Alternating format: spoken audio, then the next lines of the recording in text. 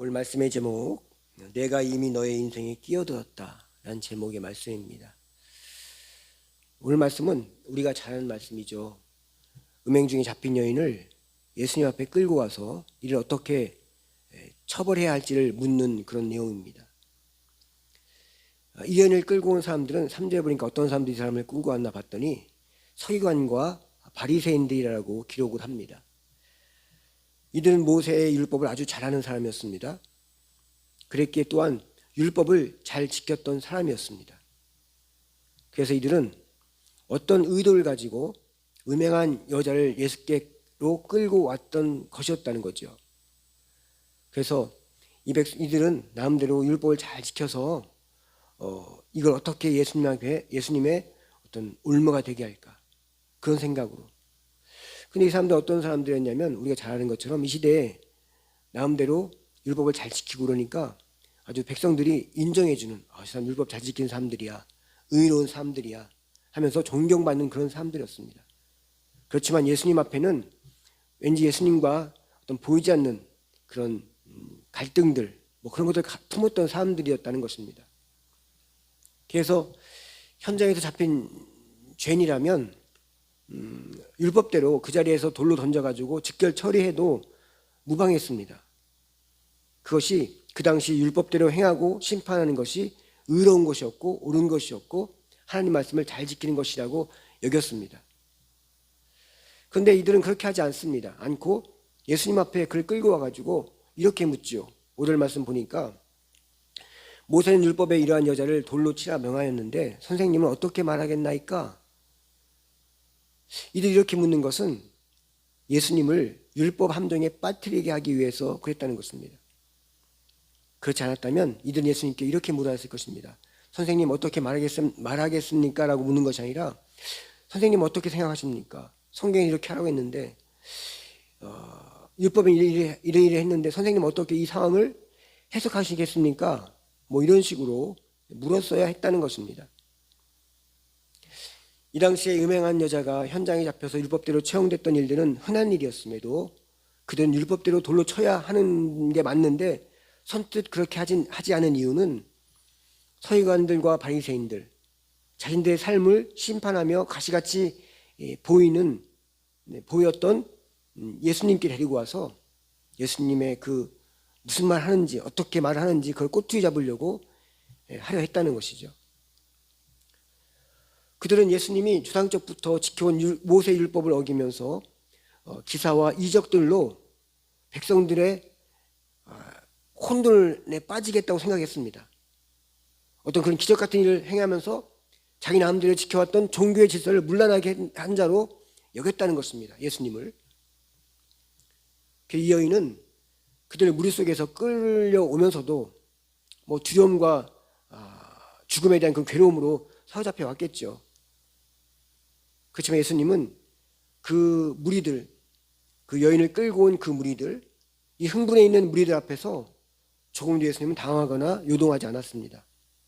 도리어 별거 아닌 것 같이 그 난리를 치는 듯한 그 정도로 정신없는 그 상황에서도 예수님은 조용히 땅에 굽혀서 땅바닥에 손가락으로 뭐라고 쓰십니다. 그리고는 다시 몸을 일으켜서 긴 말씀 안 하십니다. 딱 한마디 하십니다. 7절 8절 보니까 그렇게 되어 있습니다. 너희 중에 죄가 없는 자가 먼저 돌로 치라 하시고 다시 몸을 굽혀서 손가락에 땅에다 뭐라고 쓰십니다. 땅이 쓰시니 이렇게 기록되어 있습니다. 예수님은 그 무리들에게 휘둘리지 않으시고 그렇다고 금행한 여인을 앞에 놓고 율법 논쟁도 하지 않으셨습니다.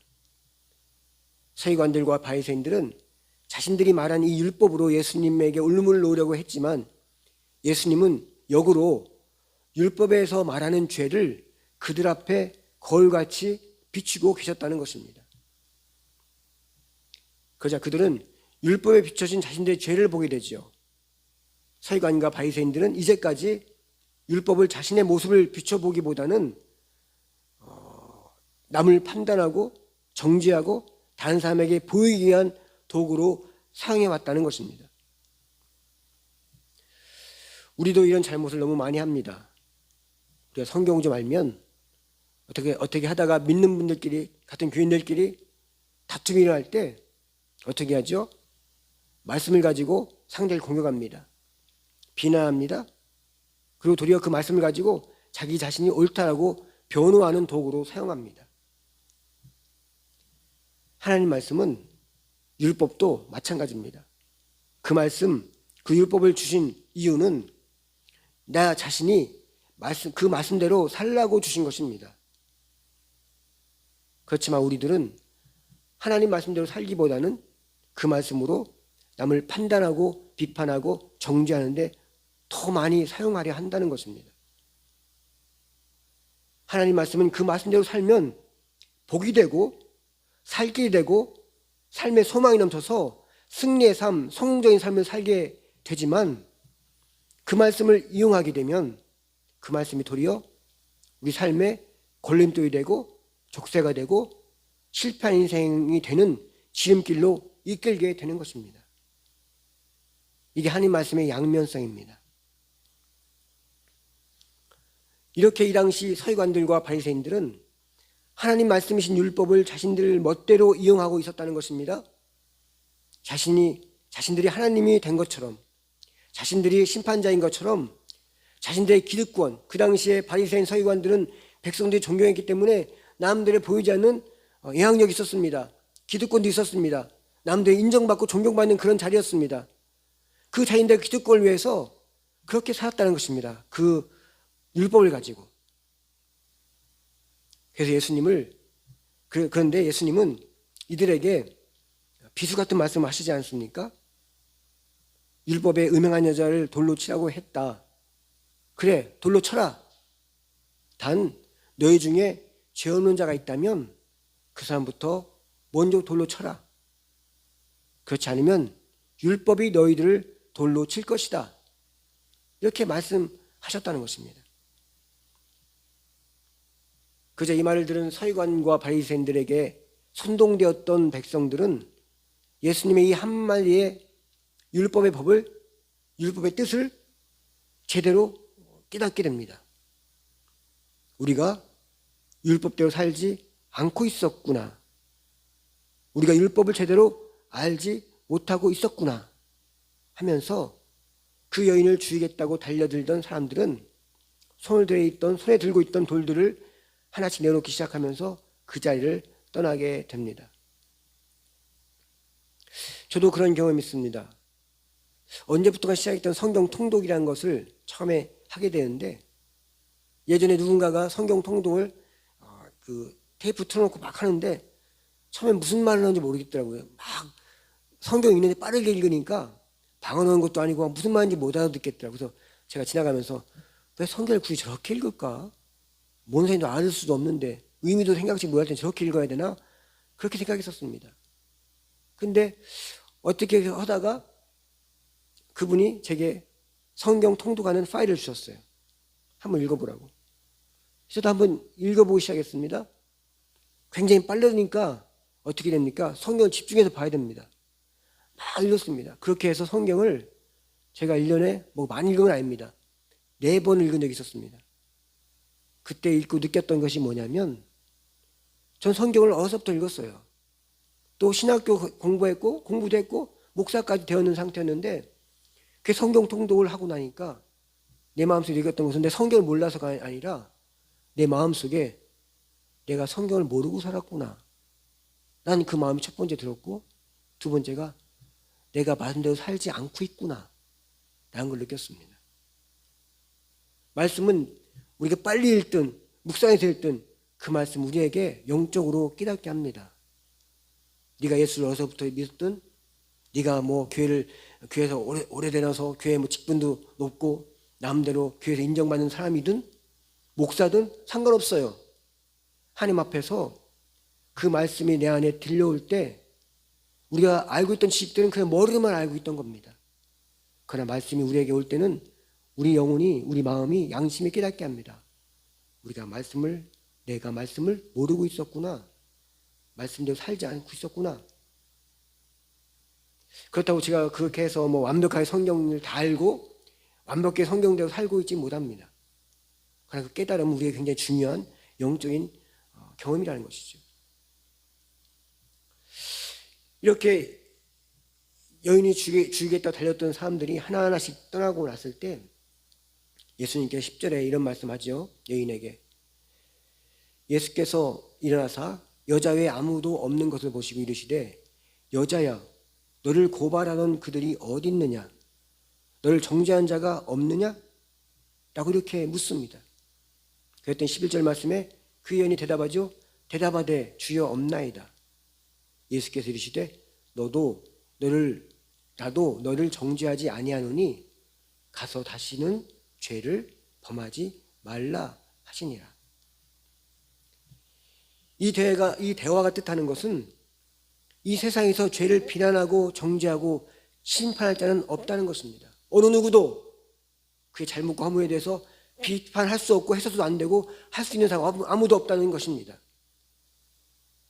죄를 비판할 수 있는 분은, 판단할 수 있는 분은, 심판할 수 있는 분은 오직 하나님 한 분 외에는 없습니다. 그래서 예수님이 우리 죄를 위해서 이 땅에 오신 것입니다. 인생의 죄 문제를 해결하고 죄로 인해 파멸해가는 인생들을 구원하시고자 이 땅에 오신 분이 예수님이시라는 것입니다. 이 여인과의 대화에서 예수님은 죄를 묵인하는 것 같이 마치 그 여인이 지은 죄가 괜찮다는 듯이 그 여인을 정죄하지도 비난하지 않으시고 하신 말씀이 나도 너를 정죄하지 아니하노니. 예수님도 그 여인을 정죄하지 않았습니다. 그런데 우리는 정죄합니다. 아무것도 아닌 것에 내가 피해봤다면, 내가 손해봤다면 그렇게 길리 날뛰면서 정죄합니다. 그런데 예수님이 그 여인에게 나도 널 정죄하지 아니하니라 라고 말씀하시면서 덧붙여 분명하게 말하기를 다시는 죄를 범하지 말라 라고 하십니다. 죄는 엄하게 다루어져야 하는 것임에 분명합니다. 그렇지만 그 엄하게 다루실 수 있는 분은 오직 하나님 한 분밖에 없다는 것입니다. 그 죄가 얼마나 엄청나고 무서운 것인지는 예수님이 십자가에 죽어야만이 해결되는 것이기 때문에 이게 엄청나게 큰 죄인 겁니다. 죄라는 것이. 죄는 우리 개인 하나 죽음으로 끝나지 않고 해결되지도 않습니다. 하나님이 친히 자신의 아들을 죽여서 야만이 비로소 해결되는 정도로 죄는 우리 인생들의 모든 인생들에게 또 모든 인류 속에서 깊이 뿌리 박혀서 후손들에게 자손들에게까지도 계속해서 흘러내려가고 있는 것이 죄인 것입니다. 그 죄를 끊어내고 죄의 세를 무너뜨리신 분은 오직 예수 그리스도 그분 외에는 없습니다. 이 죄의 문제를 해결하지 못하고 뭐 인격적인 도를 이야기하고 사람 이렇게 살아야 되고 저렇게 살아야 되고 착하게 살아야 되고 거룩하게 살아야 된다고 말하지만 예수 십자가의 은혜를 없이 그렇게 선한 것을 이야기하는 것은 죄 안에서 그렇게 사는 것뿐이에요.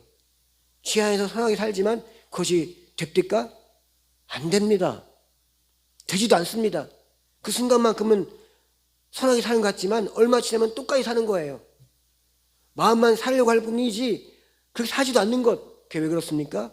예수 십자가의 피 흘림을 믿지 않기 때문에 그 죄가 아직도 살아서 당장 뭔가 해결된 것 같지만 결국에는 예수 없는 인생은 죽을 때 마지막에 끌고 지옥에 들어간 것이 그 죄의 세력이 건설하는 것입니다.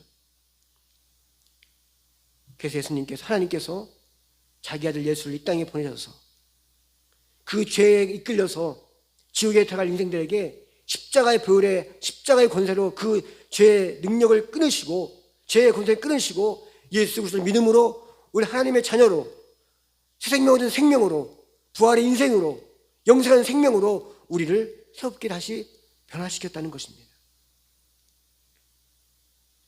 이 죄가 해결되지 않고는 어떤 복도 복이 되지 못하는 것입니다. 우리가 아무리 돈을 많이 벌어도 우리가 아무리 큰 권세를 가져도 마지막의 결론은 그건 지옥 가는 인생입니다. 복이 아닙니다. 당장은 그 명예 때문에 그 부유함 때문에 뭐가 된 것 같고 행복하고 뭐니 다 할 것 같지만 예수 없는 돈과 권세와 그 모든 좋은 것들은 결국엔 지옥으로 끌려가는데 밑거름이 되는 기름칠하는 그런 것이 되어 버린다는 것입니다. 죄가 해결되지 않은 복은 도리어 저주만 될 뿐입니다. 죄가 해결되지 않은 행복의 결말은 불행밖에 없습니다. 그래서 하나님께서 하나밖에 없는 아들 예수를 우리 죄를 해결하기 위해서 이 땅에 보내신 것입니다. 그리고 그 죄 앞에 단호하시면서 분명하고 명확하게 말씀하시는 것입니다. 나도 너를 정죄하지 아니하노니 다시는 죄를 범하지 말라. 이것이 예수를 통해서 우리에게 하신 하나님의 음성입니다. 나도 널 정죄하지 않겠다. 이렇게 수많은 죄를 졌는데도, 예수 믿는다고 하면서도, 예수 열심히 믿었다고 하면서도, 이렇게 죄를 짓는데도 하나님 우리에게 말합니다. 너가 예수 때문에 예수 믿었으니 내가 예수 때문에라도 내가 널 정죄하지 않겠다. 다시 죄를 범하지 마라 라고 우리에게 하십니다. 다른 사람들은 그 여인을 죽이라고 길길이 날뛰었지만 예수님 그 죄 앞에서 분명한 자세로 차분하게 그리고 따뜻한 사랑으로 해결해 주십니다. 죄는 사람들끼리 서로 죽이게 합니다. 그래서 인간들은 스스로 다른 사람들의 죄를 해결해 버리겠다고 정의란 잣대를 가지고 들이대어 보지만 결국에는 서로가 서로를 죽이는 진흙탕 싸움밖에 될 뿐입니다.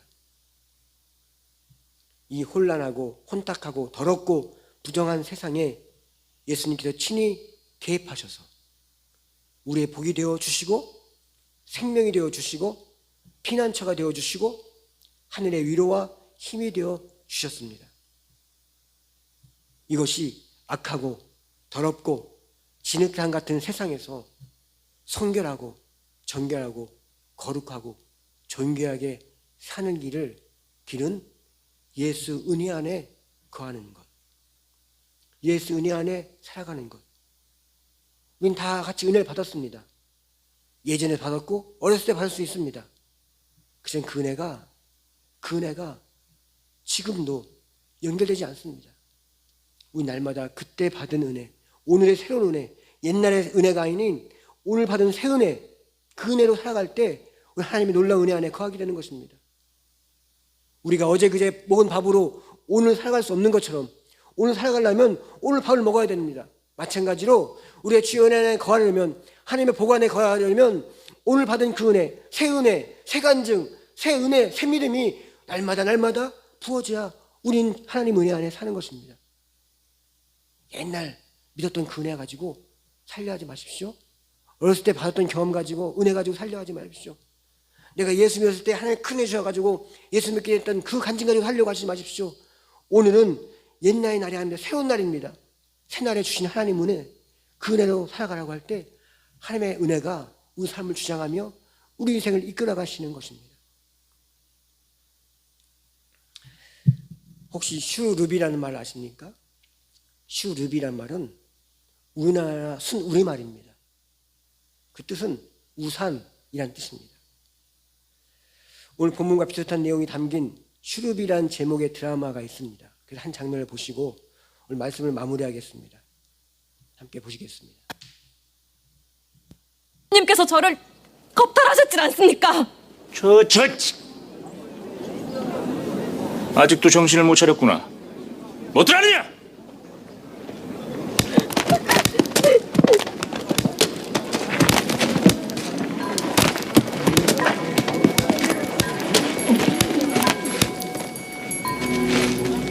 대체 이 무엇하는 짓입니까? 분명히 방자한 여종을 가르치는 중이니 상관 말고 가던 길이나 가시지요. 가던 길이나 가기엔 양쪽의 말이 너무 다른 것 같아서 말입니다.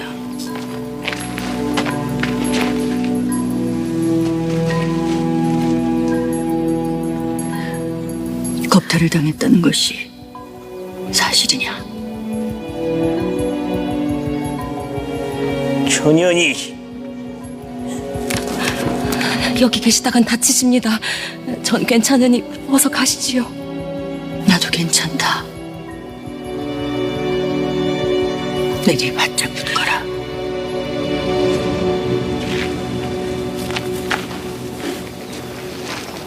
나으리께서 이 여인을 겁탈했다는 것이 사실입니까?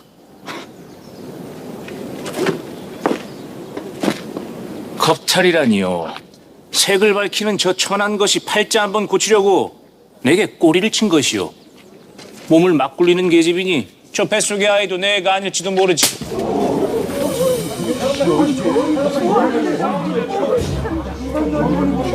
내 이년! 내 몸에 손을 댔느냐! 그래, 되었다. 여인을 겁탈한 것으로도 모자라 음해하고 모욕하고 또 다른 가해를 저지르고 있지 않느냐. 이년이 미쳤나? 뭐들 하느냐? 멈춰라! 좀 봐봐. 괜찮으시옵니까? 죽전 봐봐.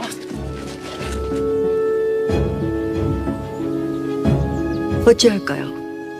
내 주상전에게 주청을 올려 제대로 한번 시시비비를 가려볼까요? 죽은 죄가 졌습니다. 용서하십시오, 중전마마. 되었습니다. 용서를 빌 대상은 내가 아니지요. 내가 잘못했다, 어리야. 내가 너를 겁탈한 것도 모자라 모든 책임을 뒤집어 씌웠느니라.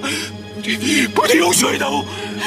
중전마마, 충분히 위로가 되었으니 이제 그만하시길 간청드리옵니다. 마마께서 떠나시면 이년의 삶은 더 가혹해질지도 모르옵니다. 내 이미 너의 인생에 끼어들었다.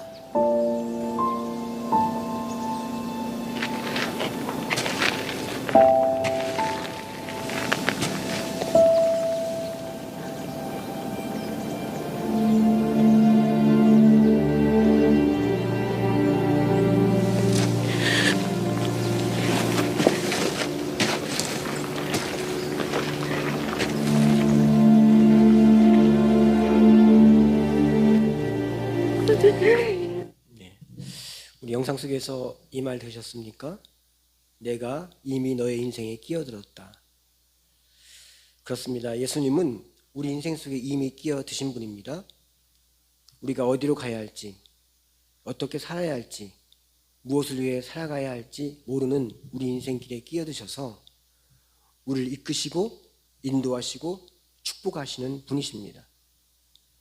그러나 우리가 보기에는 예수님이 끼어든 것 같이 보이지만 그분은 이미 우리 삶을 다 지켜보고 계셨고 축복하기를 준비하고 계신 분이십니다. 그러기에 우리는 예수로 살기를 원하는 것이고 예수님을 찬양하는 삶을 살아가는 것이 분명합니다. 아까 우리 배웠던 충만 찬양 한번 부르시고 우리 함께 제가 기도하겠습니다.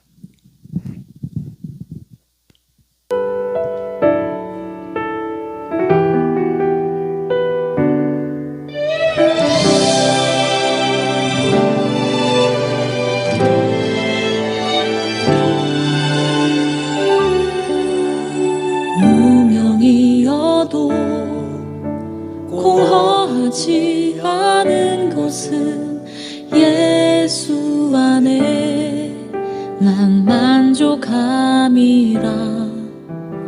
가난하여도 부족하지 않은 것은 예수 안에 오직 나는 부요함이라.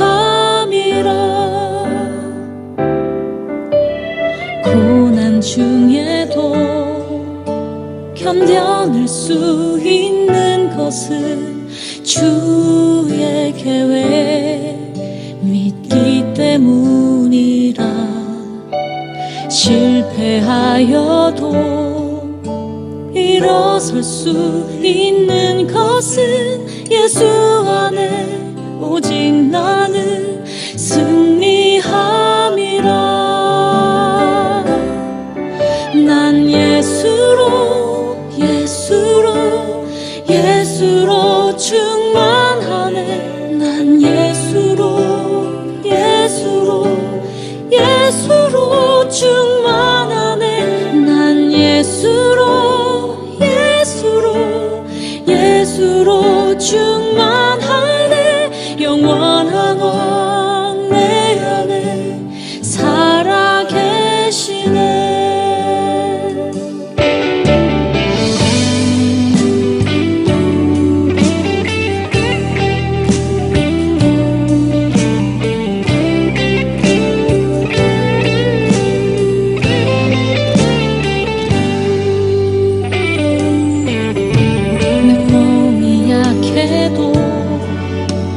의심하지 않는 것은 예수 안에 난 완전함이라. 화려한 세상 부럽지 않은 것은